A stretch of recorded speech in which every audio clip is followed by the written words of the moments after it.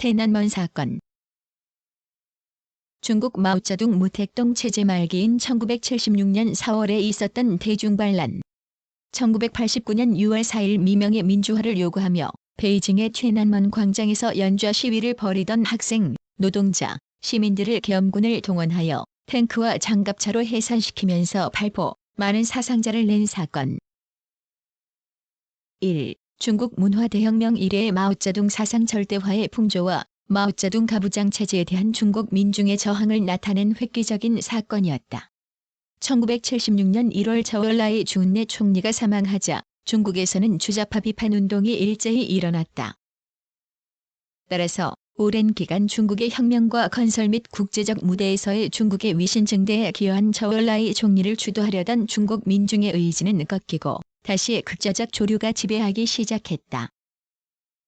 이와 같은 상황에서 고인을 추모하기 위해 1976년 4월 4일 청명절에 베이징 북경의 민중은 손에 화환과 플래카드를 들고 태난먼 광장에 있는 인민영웅기념비를 향해 시위 행진하였다.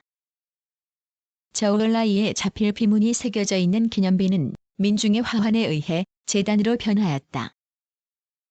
그러나 베이징시 당국과 관원은 이 기념비에 바친 화환을 모두 철거하였고 다음 날인 5일 경로한 대중은 반란을 일으켜 건물과 자동차 등에 방화를 하는 등 일대 소요가 야기되었다.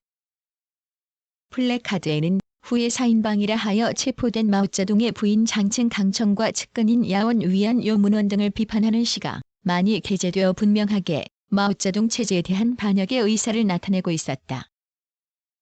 이 사건은 공안당국과 군에 의해 반혁명 사건으로 철저히 탄압되었으며 덩샤오핑 등소평 당시 중국 공산당 부주석, 부총리에게 책임을 물어 4월 7일 그의 모든 직무를 박탈함으로써 실각시켰다. 반면 이 사건으로 해서 화거펑 화국봉은 정식으로 총리의 자리에 올랐다. 중국은 그해 9월 마오쩌둥이 사망하고 10월에는 베이징 정변으로 사인방이 체포되는 등의 격동의 시기를 체험하였으나 이러한 와중에서 비마오쩌둥화가 진행되어 1978년 11월에는 태난먼 사건이 혁명적 행동이었다는 대역전의 평가를 받게 되었다. 이후 이 사건은 1919년의 역사적인 오사운동을 본떠서 사오운동이라 부르게 되었다. 2. 당시 베이징에서는 그해 4월 15일 후야오방이 사망한 후 팡리즈 방여지 등 지식인을 중심으로 후야오방의 명예회복과 민주화를 요구하는 대규모 시위가 빈번히 일어나고 있었다. 특히 학생들은 노동자, 지식인을 포함한 광범위한 시민층을 대표하여 5월 13일 이래 베이징 대학과 베이징 사범대학을 중심으로 전국에서 모인 학생 대표들과 함께 태난먼 광장에서 단식 연좌 시위를 계속했다.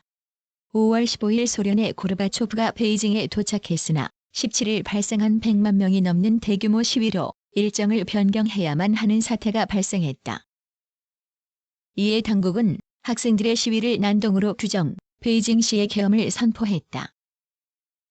한편 학생들의 요구에 유연한 대응을 보이던 공산당 총석이 자오쯔양 초자양의 행방이 묘연해지고 그의 해임설이 떠도는 가운데 덩샤오핑의 후계자로 알려진 양상쿤 양상곤 국가주석과 리펑, 이붕 국무원 부총리 등 강경파가 주도권을 잡았다.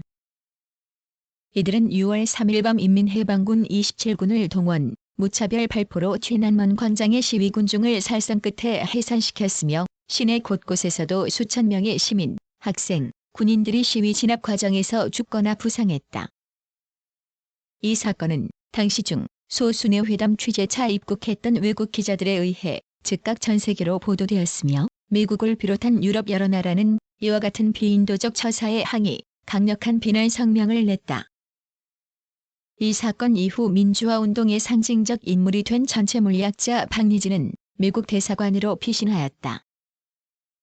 이른바 피해 일요일로 불리는 이 사건 이후 중국 지도부는 반혁명 분자에 대한 숙청, 개인 숭배 조장, 인민들에 대한 각종 학습 등 체제 굳히기와 함께 개방정책 고수를 천명하고 마르크스 레닌주의의 확립을 내세우는 등 이율 배반적 태도를 보여왔으며 특히 동유럽의 민주화 물결을 극복하는 데 안간힘을 쏟고 있다. 구성, 나그네 구석구석 여행. 낭독, 글 읽어주는 고지혜. 들어주셔서 고맙습니다.